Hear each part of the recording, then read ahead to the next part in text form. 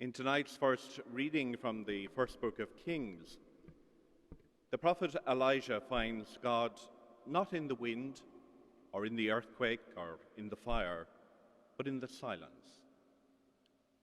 Silence is a rare commodity in today's world, and it's possibly the reason why we find it so hard to hear the voice of God speaking to us or to respond to him in quiet prayer.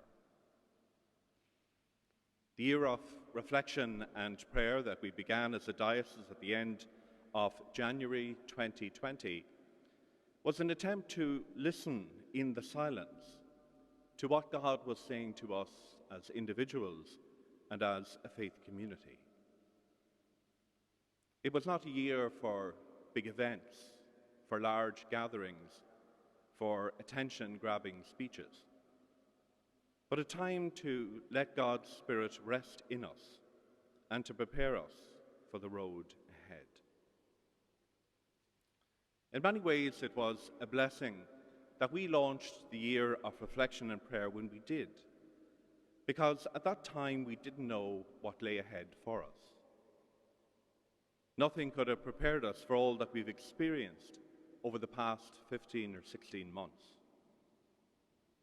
In reality, quiet reflection and prayer were often the only permitted responses. The effective closure of most forms of social interaction, schools, workplaces, churches, entertainment, is something that most people younger than 80 years of age, had only ever seen before in disaster movies.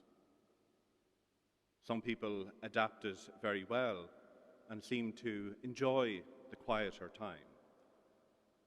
Others were very frustrated and bored as leaving out the bins or travelling to the supermarket became the highlight of the week. For most people, however, it was a time of varying degrees of worry and anxiety, and for some, unfortunately, a time of loss and desolation. It is something of a cliche now, but we hear it said regularly that the pandemic has changed society. It has changed how we work and how we interact with each other. The church, too, has been affected because as Christians we value very highly communal gatherings of people to deepen our connection with others and indeed to assist each other on our pilgrimage to God. Christianity is not a private pursuit. It is not something that we do in our spare time or on our own, isolated from others. It is a way of life that finds its truest expression in the gathering of the faithful. Jesus has promised that where 2 or 3 are gathered in his name, he will be present among them. So any extended period where we cannot gather diminishes our ability to bring Christ into the world, to follow his instruction in the gospel to make disciples of all nations. The challenges and difficulties we faced long before the beginning of 2020 have accelerated during the pandemic. We cannot sit on our hands or scratch our heads, mystified by all that is circling around us. We must respond urgently and find new ways to communicate and to live out the teaching of Jesus in the 21st century.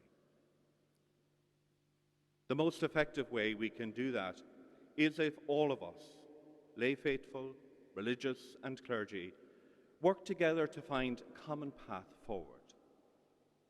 If we can recognize and protect what is essential, life-giving and inspiring in our faith, and pass it on to those coming after us, we will go a long way to fulfilling the mission Christ has given to us in this place and time.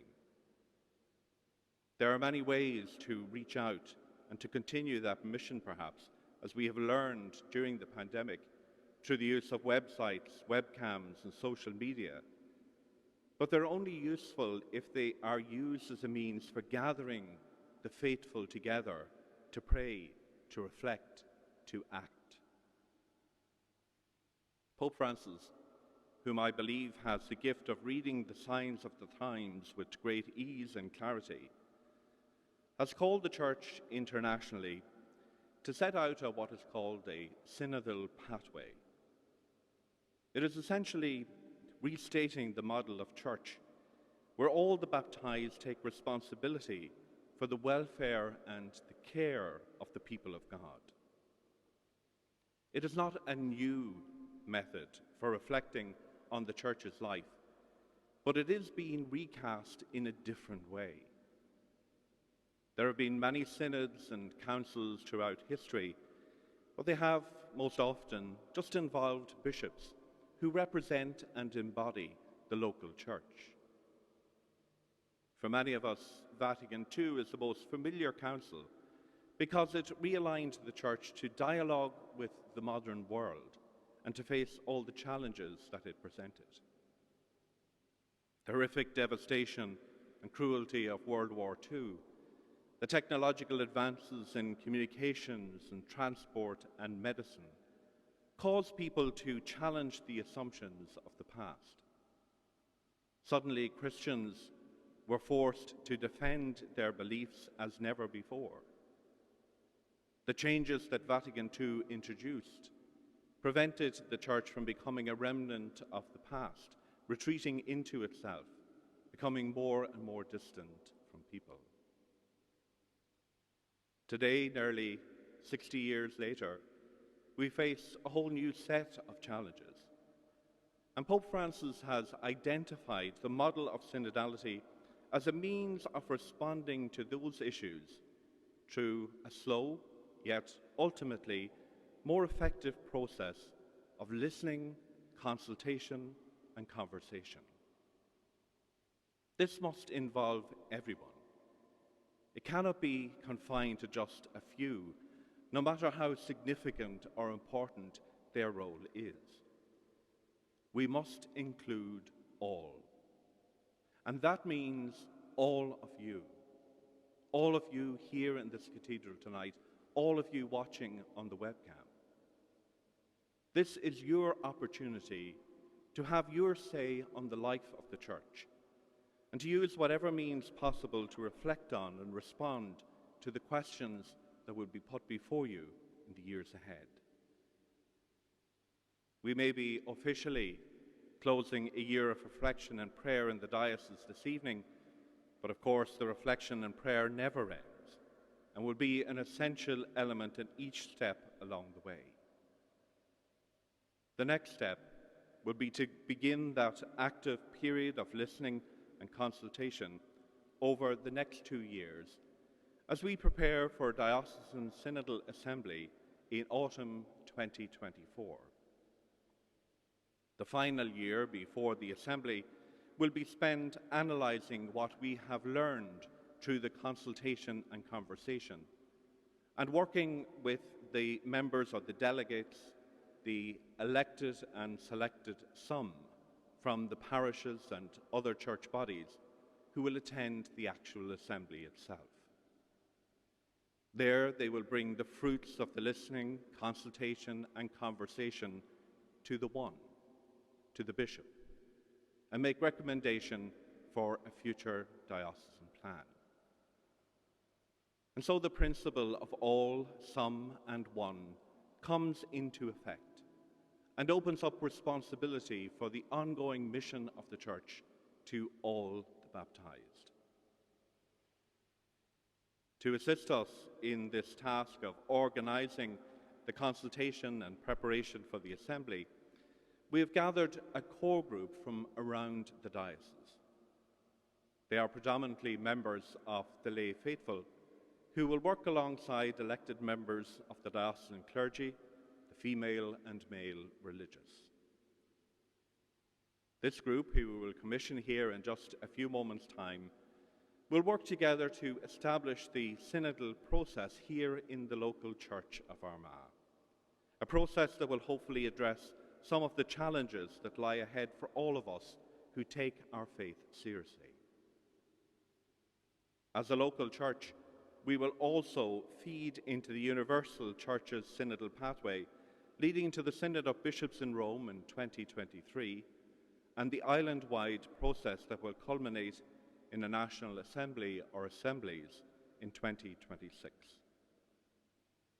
So over the coming years, there will be widespread consultation with everyone, inside and outside the church, those who are faithful and committed, hopefully also those who have turned their backs on us and walked away.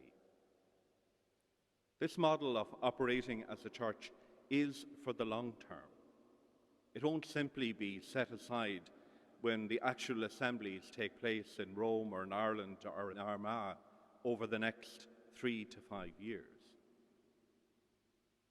So as we gather here in this St. Patrick's Cathedral, in this the ancient see of St. Patrick himself, we rededicate the church in the Diocese of Armagh, and indeed the whole Irish Church, to the care and protection of our patron saint, who set out on a missionary journey in a difficult and challenging time, with little more than faith and hope in his heart.